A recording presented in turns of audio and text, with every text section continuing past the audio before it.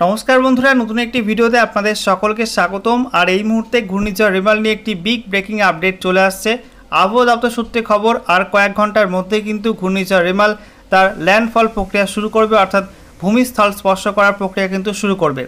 যেটা জানা হচ্ছে পশ্চিমবঙ্গ এবং সেই সঙ্গে সংলগ্ন বাংলাদেশ উপকূলের মাধ্যমে কিন্তু এটা আছড়ে পড়বে। 135 কিলোমিটার প্রতি ঘন্টা গতিবেগে এটা কিন্তু পশ্চিমবঙ্গ বাংলাদেশ উপকূলে আছড়ে পড়বে। এবং সেই সঙ্গে ইতিমধ্যে কিন্তু একাধিক আবহাওয়া সংস্থা এই ঘূর্ণিঝড় রেমালের গতিবিধির উপর কিন্তু নজর রাখছে এবং বিভিন্ন ডেটা অ্যানালিসিস করে তারা এর গতিপথ সম্পর্কে, এর ল্যান্ডফল প্রক্রিয়া সম্পর্কে কিন্তু বিভিন্ন মডেল প্রকাশ করছে। ইতিমধ্যে 4টি আবহাওয়া সংস্থা এর গতিপথ নিয়ে এবং সেই সঙ্গে এর ল্যান্ডফল প্রক্রিয়া কোন অংশ দিয়ে ল্যান্ডফল করবে এবং কোন গতিপথে এগোবে তা নিয়ে কিন্তু 4টি আবহাওয়া সংস্থা ইতিমধ্যেই বিভিন্ন মডেল প্রকাশ করেছে এবং তার মাধ্যমে জানানো হচ্ছে কোন কোন অংশ দিয়ে এটা প্রবেশ করবে এবং কোন পথ ধরে এটা এগোবে, কোন কোন অংশে সর্বোচ্চ গতিবেগ থাকতে পারে এই ঘূর্ণিঝড় রেমালের। সমস্ত কিছু আমরা দেখে নেব আজকের এই ভিডিওটির মাধ্যমে। তো ভিডিওটি ভালো লেগে থাকলে এবং ইনফরমেটিভ বলে মনে হয়ে থাকলে অবশ্যই আপনারা ভিডিওটি একটি করে লাইক দেবেন এবং অবশ্যই ভিডিওটি প্রচুর শেয়ার করবেন। এবং নতুন দর্শক হয়ে থাকলে লেটেস্ট ভিডিও আপডেট সবার প্রথমে পাওয়ার জন্য চ্যানেলটিকে সাবস্ক্রাইব করে নিয়ে পাশে থাকা বেল আইকনে ক্লিক করে অল নোটিফিকেশন অপশানটিকে অন করে রাখবেন।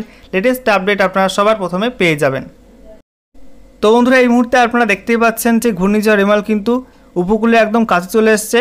ইতিমধ্যে আপনারা দেখতে পাচ্ছেন যে পশ্চিমবঙ্গের ফ্রেজারগঞ্জ এবং সেই সঙ্গে হলদিবাড়ি, এছাড়া নামখানা এবং সেই সঙ্গে বাংলাদেশের কলাপাড়া, খেপুপাড়া এই সমস্ত অঞ্চলে কিন্তু খুব কাছে রয়েছে ঘূর্ণিঝড় রেমালটি। ঠিক আছে, আর কয়েক ঘন্টার মধ্যে কিন্তু এর ভূমিস্থল স্পর্শ করবে এবং তার গতিপথ ধরে সামনের দিকে এগিয়ে যাবে। তো এবারে আপনাদেরকে দেখাবো স্যাটেলাইট ইমেজ অর্থাৎ উপগ্রহ চিত্র কি দেখাচ্ছে। তো এই মুহূর্তে আপনারা দেখতে পাচ্ছেন ভারতের স্যাটেলাইট ইমেজ অর্থাৎ উপগ্রহ চিত্র। এটা দেখাচ্ছে যে ভারতের উপর কিন্তু অন্য কোনো সিস্টেম কাজ করছে না। ইস্টার্ন ইন্ডিয়া জুড়ে কিন্তু এই মুহূর্তে ঘূর্ণিঝড় রেমালের দাপট চলছে। দেখতে পাচ্ছেন বঙ্গোপসাগরের বিস্তীর্ণ অঞ্চল জুড়ে এই মুহূর্তে ঘূর্ণিঝড় রেমালের যে কালো মেঘ সেটা কিন্তু দাপাদাপি করে বেড়াচ্ছে এবং ইতিমধ্যে ঘূর্ণিঝড় রেমালের প্রভাবে কিন্তু সারাউন্ডিং এরিয়াতে বৃষ্টিপাত শুরু হয়ে গেছে এবং ঝোড়ো হাওয়ার দাপট কিন্তু চলছে। ইতিমধ্যে কিন্তু কিছু ঘন্টা আগে ত্রিপুরাতে ব্যাপক বৃষ্টিপাত হয়েছে, সেই সঙ্গে বাংলাদেশের উত্তর পশ্চিমাঞ্চলে কিন্তু ব্যাপক বৃষ্টিপাত হয়েছে। এছাড়া বাংলাদেশের দেখতে পাচ্ছেন যে ত্রিপুরা অ্যাডজয়নিং যে বাংলাদেশ অঞ্চলটি রয়েছে এখানে কিন্তু ব্যাপক পরিমাণ বৃষ্টিপাত হচ্ছে।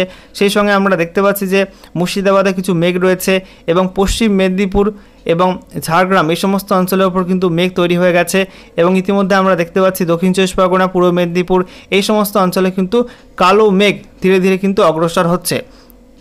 তো এবারে আপনাদেরকে দেখাবো ঘূর্ণিঝড় রেমাল কোন অঞ্চল দিয়ে ল্যান্ডফল করবে এবং সেই সঙ্গে কোন গতিপথ ধরে এগোবে তা নিয়ে কিন্তু বিভিন্ন আবহাওয়া সংস্থা তারপর নজর রাখছে এবং বিভিন্ন ডেটা অ্যানালিসিস করে কিন্তু তারা নতুন মডেল প্রকাশ করেছে। ইতিমধ্যেই 4টি আবহাওয়া সংস্থা কিন্তু এই ঘূর্ণিঝড় রেমালের ল্যান্ডফল এবং সেই সঙ্গে গতিপথ নিয়ে নতুন মডেল প্রকাশ করেছে, যার মধ্যে প্রথম সংস্থা হচ্ছে ইউকে মডেল এবং সেই সঙ্গে আইএমডি ইন্ডিয়ান মেট্রোলজিক্যাল ডিপার্টমেন্ট এবং সেই সঙ্গে বিওএমএ এবং সেই সঙ্গে ইসিএমডব্লিউএফ এই 4টি সংস্থা কিন্তু ঘূর্ণিঝড় রেমালের গতিপথ এবং সেই সঙ্গে ল্যান্ডফল তার অংশ সেগুলো কিন্তু প্রকাশ করে দিয়েছে।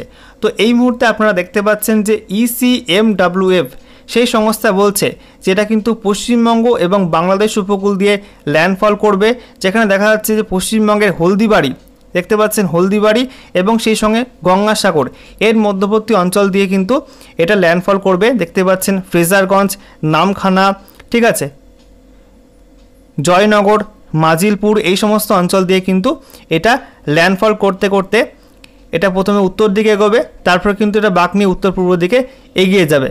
উত্তর পূর্ব দিকে এগিয়ে যাওয়ার পর কিন্তু এটা হাবড়া ক্রস করবে, তারপরে বনগাঁ, তারপরে বলা হচ্ছে কোটচাঁদপুর, বাংলাদেশের কোটচাঁদপুর, ঠিক আছে, তারপরে বলা হচ্ছে পাবনা এই সমস্ত অঞ্চল দিয়ে কিন্তু এটা উত্তর পূর্ব দিকে এগিয়ে যাবে।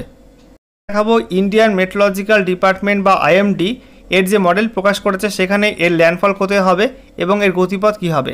তো দেখতেই পাচ্ছেন এখানে বলা হচ্ছে পশ্চিমবঙ্গের হলদিবাড়ি এবং সেই সঙ্গে বাংলাদেশের কলাপাড়া এই সমস্ত অঞ্চলের মধ্যে দিয়ে কিন্তু এটা ল্যান্ডফল করবে এবং এটা ক্রমশ উত্তর পূর্ব দিকে এগিয়ে যাবে এবং বলা হচ্ছে যে শ্যামনগর, সেই সঙ্গে মংলা, সাতক্ষীরা, এছাড়া খুলনা, বাগেরহাট, টুঙ্গিপাড়া, গোপীনাথপুর, এছাড়া বলা হচ্ছে অভয়নগর, নারেইল, যশোর, মাগুরা, মুকসুদপুর, ফরিদপুর, সেই সঙ্গে বলা হচ্ছে ডোহার, তারপরে দেখতে পাচ্ছেন ঢাকা, এছাড়া টাঙ্গাইল, নাগারপুর, এই সমস্ত অঞ্চল দিয়ে কিন্তু এটা উত্তর পূর্ব দিকে এগিয়ে যাবে।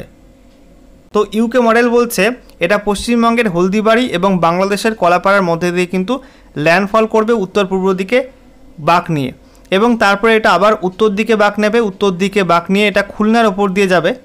আর একটু জুম করে আপনাদেরকে দেখাই, দেখতে পাচ্ছেন খুলনার ওপর দিয়ে কিন্তু এটা যাবে। এবং সেই সঙ্গে বলা হচ্ছে যে লোহাগাড়া, মাদারীপুর, ঢাকা, ফরিদপুর, ঠিক আছে, কাপাসিয়া, এই সমস্ত অঞ্চলের ওপর দিয়ে কিন্তু উত্তর পূর্ব দিকে এগিয়ে যাবে ঘূর্ণিঝড়টি। তো BOMA এই মডেল বলছে পশ্চিমবঙ্গের হলদিবাড়ি এবং সেই সঙ্গে বাংলাদেশের কলাপাড়ার মধ্যে দিয়ে কিন্তু এটা এই ঘূর্ণিঝড়টা ল্যান্ডফল করবে, এবং তারপরে কিন্তু এটা খুলনা পর্যন্ত উত্তর পূর্ব দিকে অভিমুখ নিয়ে এগিয়ে যাবে। তারপরে খুলনার পর কিন্তু এটা আবার বাঁক নেবে উত্তর পূর্ব দিকে, কিন্তু আবার বাঁক নিয়ে এটা আসামের দিকে চলে যাবে, ঠিক আছে, বাংলাদেশ ক্রস করে এটা কিন্তু আসামের দিকে যাবে, এমনটা কিন্তু এটা দেখাচ্ছে।